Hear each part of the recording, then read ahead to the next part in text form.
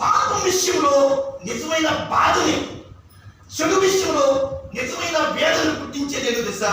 మారుమనసే.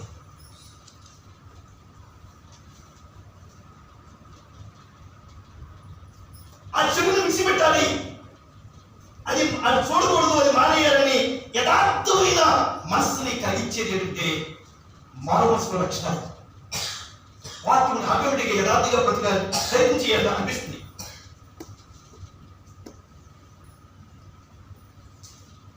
ప్రజలు సత్యము ఎప్పుడైతే గుర్తిస్తారో, మారు మనసు సత్యాన్ని గుర్తించడానికి మారు మనసు సహాయం చేస్తుంది. దేవుని స్తోత్రం. చెప్పండి మాట. మారు మనసు ఏం చేస్తుంది? సత్యాన్ని గుర్తించడానికి మారు మనసు ఏం చేస్తుంది?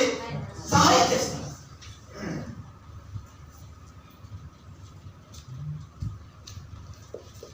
దేవుడిలో ఎదగడానికి, ఆత్మీయతలో ఎదగడానికి అడ్డు వచ్చే ప్రతిదాన్ని, అది శరీరాశిలా, శరీర కోరికలా, లోక స్నేహాల, ఏదైనా కావచ్చు,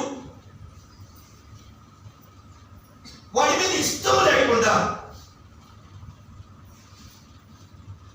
నా సంతోషం కాదు, నా ఇష్టం కాదు, నేను దేవుని బిడ్డని, దేవుడి కోసమే బ్రతకాలి అన్న ఆలోచన మారు మనసు మనకి అంతరంగంలో ప్రేరేపిస్తూ ఉంటుంది. దేవుడి స్తోత్రం. పరిశుద్ధాత్మ సహాయం చేస్తూ ఉంటాడు. ఈ మారు మనసు అనేది అందులో చూడండి, యేసయ్య వచ్చేదాకా మనం సమాధి అయ్యే వరకు కూడా మారు మనసు మనకి కావాలి. దానికోసం ప్రార్థన చేయాలి. దేవుడి స్తోత్రం. నేను దీని గురించి ఆలోచిస్తున్నప్పుడు నాకు వెంటనే ఒక మాట గుర్తొచ్చింది. అదేంటంటే, మీకు తెలిసిన పండు, అది ఏ పండు అయినా సరే మీరు ఆలోచనలో తీసుకోండి. ఒకేసారి అది పండు అవ్వదు.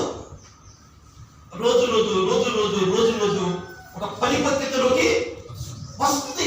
ప్రియ దేవుడు కదా, ఆత్మ ఫలాలు అనేది గంటపతి 5:22 ఆత్మ ఫలాలు ఉన్నాయి. ఇవన్నీ ఒకరోజు జరిగే కాదు. ప్రతిరోజు మనకి దాని మీద మనం మనసు పెట్టాలి. వాటి కోసం మనం ప్రార్థన చేయాలి.